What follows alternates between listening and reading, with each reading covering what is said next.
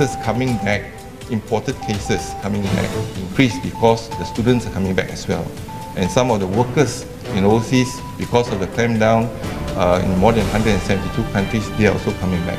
Initially, we thought there's 5 countries. We started with China, then Korea, Japan, Italy, and Iran. But now it's almost 172 countries have experienced. Look at US, for example. Look at UK, for example. Spain, etc.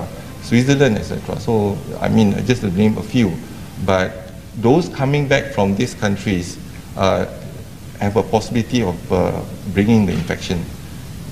So our concern, and I'm sure our neighbors and etc., our main concern is imported cases now.